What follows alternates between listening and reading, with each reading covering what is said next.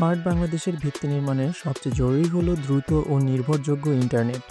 আর দেশের প্রান্তিক অঞ্চল পর্যন্ত এই কানেক্টিভিটি পৌঁছে দিতে সবচেয়ে কার্যকর হতে পারে মোবাইল ভিত্তিক ফাস্ট 5G নেটওয়ার্ক। অথচ আগের প্রজন্মের 4G নেটওয়ার্কের আনুষ্ঠানিক যাত্রা শুরুর 7 বছর পরেও এখনও সেটি মানসম্মত হয়ে উঠতে পারেনি। ঢাকায় যখন 5G ট্রায়ালের গল্প, তখন বৃষ্টি হলেই গ্রামাঞ্চলে নেটওয়ার্কের সংকটে যেন ধরা পড়ে আমাদের ডিজিটাল বিভাজনের চরম বাস্তবতা। 1979 সালে 1G যাত্রা শুরু, 1991 সালে 2G, 2000 সালে আসে 3G, আর 2010 সালে 4G বৈশ্বিক মোবাইল ইন্টারনেটের নতুন মাত্রা যোগ করে। ধাপে ধাপে 4G LTE প্রযুক্তি আরও উন্নত হতে থাকে, যেখানে ল্যাপটপ, স্মার্টফোন থেকে শুরু করে সকল ধরনের ডিভাইসের জন্য দ্রুতগতির ইন্টারনেট সেবা নিশ্চিত হয়। 5Gর আগমন এই মাত্রাকে আরও বহুমাত্রিক রূপ দিতে প্রস্তুত। জিএসের জানুয়ারি 2024 সালের এক প্রতিবেদনে দেখা যায় বিশ্বের প্রায় 176টি দেশের 585টি অপারেটর 5G প্রযুক্তিতে বিনিয়োগ করেছে। এর মধ্যে বাণিজ্যিক 5G নেটওয়ার্ক চালু রয়েছে 308টিতে। বিগত আওয়ামী সরকার তাদের 2018 সালে নির্বাচনী ইশতেহারের মধ্যে 5Gর একটি রোডম্যাপ উপস্থাপন করে। এতে 2021 সালে রাজধানী ঢাকা, 2023 সালের মধ্যে অন্যান্য বিভাগীয় শহর ও 2026 সালের মধ্যে ইউনিয়ন পর্যায় পর্যন্ত 5G পৌঁছানোর প্রতিশ্রুতি দেওয়া হয়। এ উদ্দেশ্যে রাষ্ট্রায়ত্ত টেলিকম সংস্থা টেলিটক 2018 সাল থেকে এবং অন্যান্য বড় অপারেটরগুলো 2022 সাল থেকেই তাদের পরীক্ষামূলক কার্যক্রম চালানো শুরু করে। তবে এক্ষেত্রে বাধা হয়ে দাঁড়ায় কোভিড-19 পরবর্তী ডলার ক্রাইসিস থেকে শুরু করে রাজনৈতিক পট পরিবর্তন, বৈশ্বিক মন্দা ও অর্থনৈতিক দুরবস্থা। ফলে টেলিটকের নিজস্ব 236 কোটি টাকার 5G প্রকল্পটি স্থগিত হয়। অন্যান্য বেসরকারি অপারেটরগুলো তাদের কার্যক্রম পিছিয়ে নিয়েছে ইতোমধ্যে। টেলিকম বিশেষজ্ঞ ও public policy advocate Abu Nazm M Tanvir হোসেনের মতে, বাংলাদেশের মতো দেশের 5G শিক্ষা ও স্বাস্থ্য গবেষণায় আমূল পরিবর্তন করতে পারে। নৌ ও বিমানবন্দরের লজিস্টিক্স ম্যানেজমেন্ট থেকে শুরু করে খেলার দুনিয়া, virtual reality, high resolution video streaming, স্বয়ংক্রিয় যানবাহন, স্বাস্থ্য পরীক্ষা, আগুন নেভানো, দুর্যোগ মোকাবেলা এবং যে কোনো বৈজ্ঞানিক গবেষণায় 5G হতে পারে আশীর্বাদ। আধুনিক রোবট ও সেন্সরের এই নতুন পৃথিবীতে 5G আমাদের জন্য আবশ্যক এক প্রযুক্তি। যেখানে দক্ষিণ কোরিয়া, চীন, যুক্তরাষ্ট্রের মতো দেশগুলো 5G প্রযুক্তিকে শিল্পে রূপান্তর করেছে, সেখানে আমরা এখনও ফাইবার অপটিক পৌঁছাতে পারিনি দেশের 40 ভাগ গ্রামীণ টাওয়ারে। বাংলাদেশ টেলিকম রেগুলেটরি কমিশন বা বিটিআরসি এর পরিসংখ্যান বলছে এখনও অনেক পথ বাকি 5Gর কাছে যেতে। এখনও দেশে কোথাও কোথাও অবস্থাভেদে ইন্টারনেটের গতি থাকে 2 Mbps এর নিচে। হাওর, চর ও অন্যান্য দুর্গম এলাকায় এ চিত্র আরও করুন। অন্যদিকে শহরের একজন স্মার্টফোন ব্যবহারকারী সহজেই 10 থেকে 15 Mbps গতির ইন্টারনেট ব্যবহার করতে পারছে। এই বিভেদের পেছনে দায়ী করা হয় অপারেটরদের উদাসীনতাকে। তাদের কাছে গ্রামীণ জনপদে ইন্টারনেট অবকাঠামোর বিস্তার লাভজনক নয়।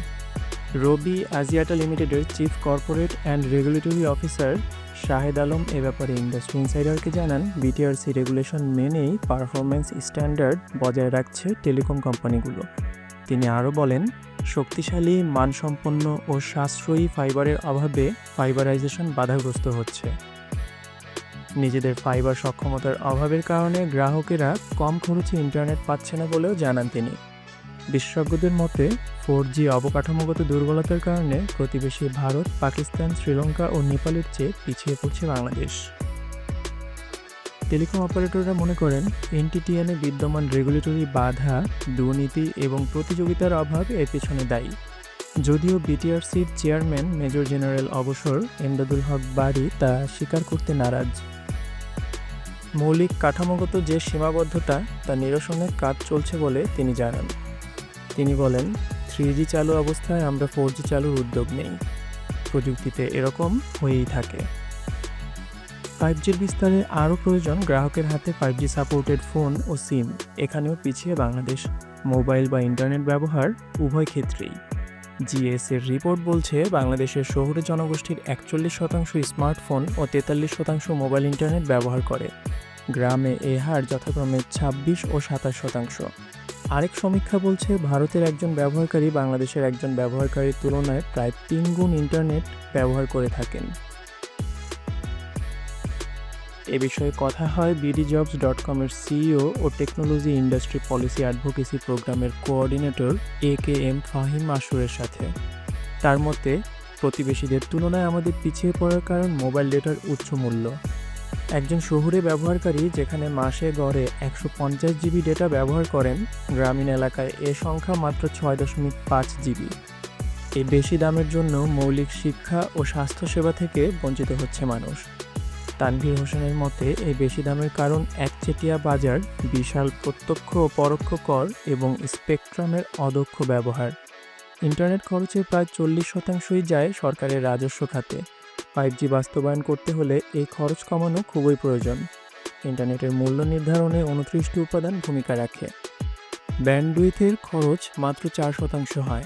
অন্যান্য খরচের মধ্যে রয়েছে অপারেশনাল খরচ, স্পেকট্রাম ফি, ট্রান্সমিশন খরচ ও বিদ্যুৎ খরচ। স্পেকট্রাম খরচ পুরো দক্ষিণ এশিয়াতেই বেশ চড়া। তার সাথে আছে টেলিকম অপারেটরদের অবকাঠামো সুবিধা ভাগাভাগি করার ক্ষেত্রে অপ্রতুল নীতিমালা। ফলে টেলিকম অপারেটররা প্রায়ই বলেন, বাংলাদেশের ইন্টারনেট খরচ বৈশ্বিক স্ট্যান্ডার্ড অনুযায়ী বেশ কম এবং তাদের মুনাফার আসল অংশ ভয়েস কল, ইন্টারনেট নয়।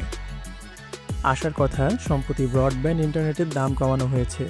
মোবাইল ইন্টারনেটের দামও কমানো যাবে বলে আশা করছেন বিশেষজ্ঞরা। এক্ষেত্রে 40% কর্পোরেট ট্যাক্স আর 39% গ্রাহক পর্যায়ের ট্যাক্স নিয়ে নতুন করে ভাবতে হবে। 5G প্রযুক্তি আমাদের সামনে বিশাল সম্ভাবনার দরজা খুলে দিতে পারে।